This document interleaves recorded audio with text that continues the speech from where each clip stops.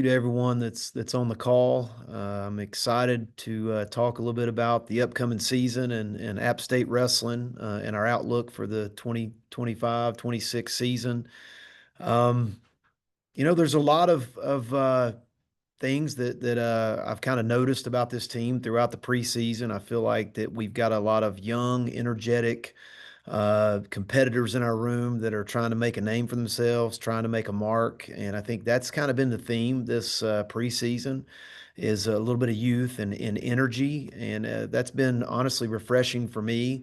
We lost five of our starters out of last year's team and three national qualifiers. So we do have some holes to fill and some positions to kind of figure out who we're going with and that kind of thing. But I'm excited about this team. I think this team has put in a tremendous amount of work in the off season, and I do believe there's a lot of potential in this team. I think we got a lot of young guys that are looking to make a mark and looking to make a name for themselves. And, so far this season has been a real pleasure to train them, to be in the practice environment with them and watch how they work, how positive their attitude has been, both in the wrestling room and the locker room and, kind of out in the community.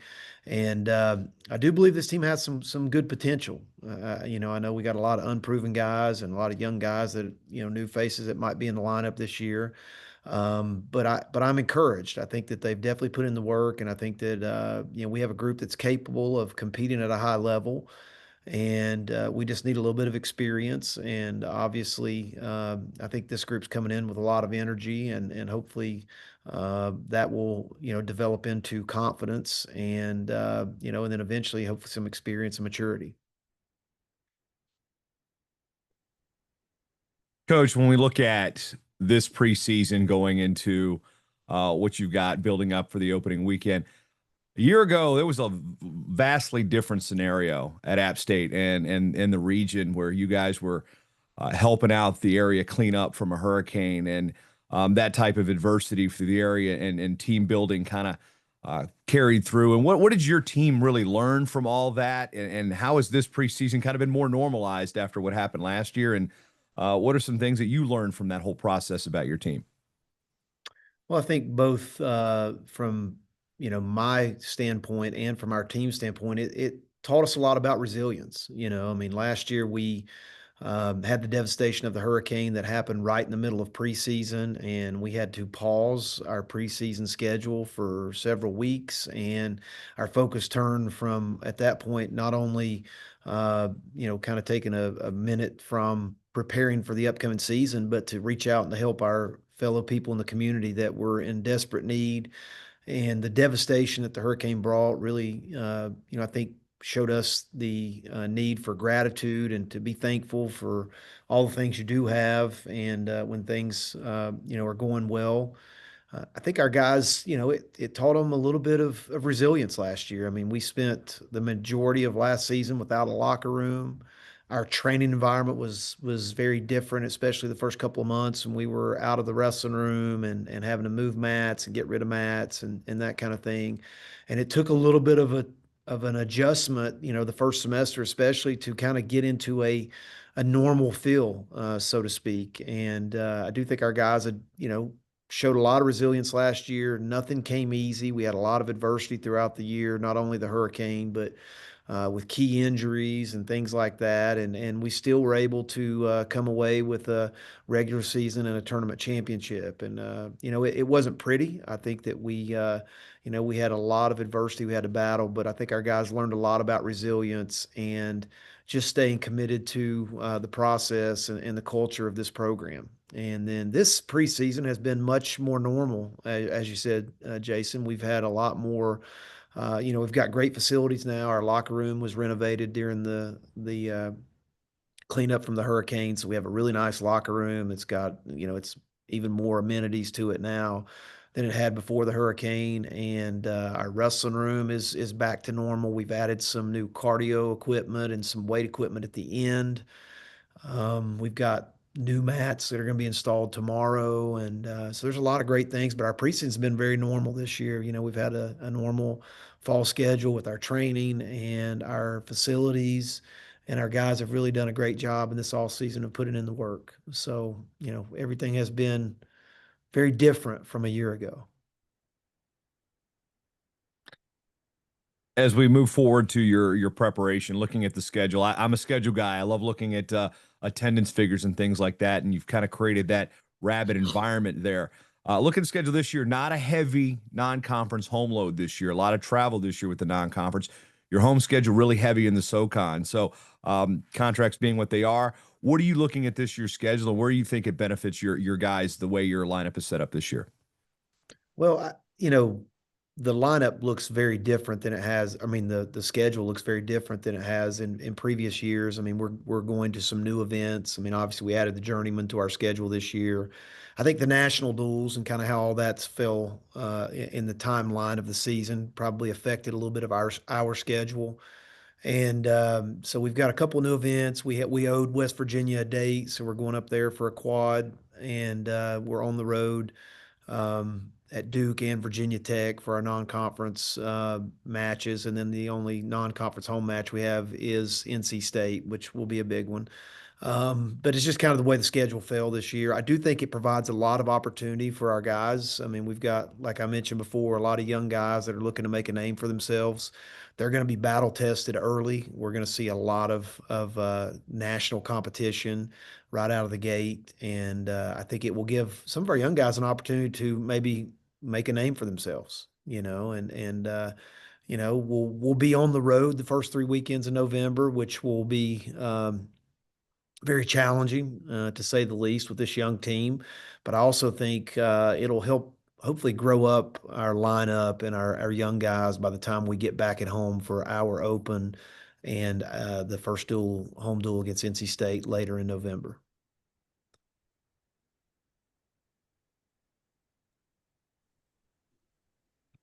Well, Coach, good to see you again. Just Hey, wanted to ask you about these coaching updates. You've added Hunter Schott as an assistant and brought back Will Miller and Sean Carter as grad assistants to the program. Tell me what that's been like in the room and what it's been like for the guys to get to, train with their former teammates in the coaching capacity. Yeah, it's been phenomenal. Adding Hunter Schott to our coaching staff was a really great pickup. The more I've gotten to know Hunter and be around him, I think his philosophy and kind of his whole core beliefs and core values fit well in our program. He's very hardworking, blue collar type mentality. He loves to train, so he's been on the mat with our guys. Nonstop, which has been very beneficial to our middle and middle upper weights. And he just brings a positive vibe to the room, and someone with a little bit different perspective, wrestling at different programs, coming from Buffalo, University of Buffalo, and just some different perspectives. But he's been a great addition, and I think adding Will and Sean as returners, as grad assistants, has been really good, just because obviously it's providing a lot of great mentorship and experience for our team, which I've mentioned is younger than it has been. I don't know that we'll have one senior, uh, but we might not have one senior in our lineup this year, and I think that speaks to trying to develop these young guys, and I think having Sean and Will in our room to mentor them and to train with them is going to really help them, develop, and they'll probably gain some confidence and draw some confidence from training with those guys on a daily basis. So it's really been great. I think that as far as a coaching staff goes, I've got the most help that I've ever had in the room. And a lot of our staff is able to work out and be on the mats with our guys, training with them daily. And I think that's been very beneficial to this young group. Coach, to piggyback off that coaching thing, this is a situation where when people say they get coaching job or they see new coaches hired and then they see them leave after a year or two, in the way the mid-major programs work, a lot of them it's like this is career building. I mean, you've got to build your program and create your culture, but at the same point, you're also grooming young coaches to come through, preparing them for life, preparing him for your next job. So, what are some of the beneficial things you get about bringing in a young coach to your program each year and then seeing them off to bigger and better things, perhaps? Well, I Maybe think, not better in some cases, but for different things for them. sure. I mean, obviously, as every young coach gets into this profession, it's the goal for them is to grow in the profession and hopefully become a head coach on their own someday. And fortunately, I've had a lot of my assistants have had opportunities to become head coaches, and I think that's been the thing that, although it's something that you're a little bit. You hate to see coaches come and go, and that kind of thing. You definitely are happy for them and the opportunity. And I also think it's a compliment to our program that we've got, the quality of program that a lot of other universities are looking to hire our assistant coaches. And I think that speaks volumes for the culture we've built here at Appalachian State.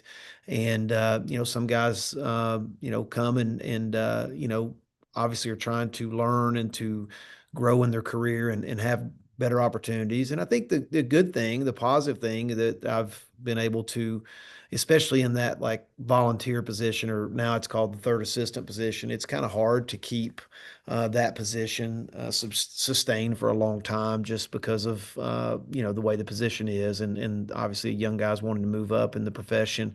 But I think it has been good because it brings some different perspective to the program. We got some young guys usually that fill that position that are able to train with our guys.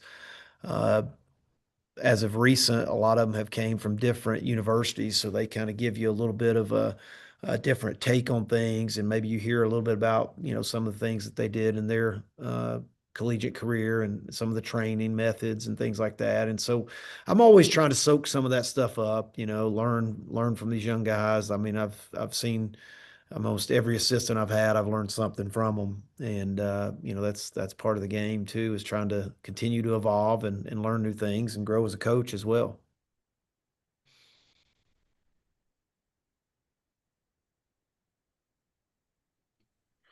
I also wanna highlight he's been there for quite a while now. I lost count because time flies when you're having fun. But Coach Diabe been there since he graduated, and he's also a North Carolina guy.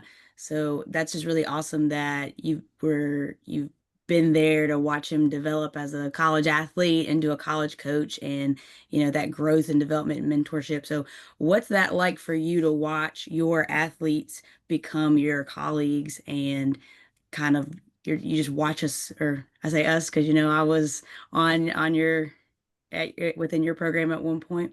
But what is it like to watch your athletes kind of grow up and then enter this space with you? Well, there's a lot of pride involved. I mean, I think, you're speaking about Randall. Randall, I think, is starting his sixth season here as a coach now, which seems like time flies. It's hard to believe it's been that long. And then he was an athlete here before that. And I think it's the great thing is you see him, from the time that I recruited him as a high school athlete, going through the experience of being a college athlete and now being a college coach. It just makes you're real proud to see the growth and the development of him as a person and as a young man, and obviously growing as a coach. And him and I have become very close over the years. Obviously, been through a lot of battles together and a lot of adversities and successes and championships, and had a lot of highs and a lot of lows. And you kind of grow close to someone when you spend that much time with them.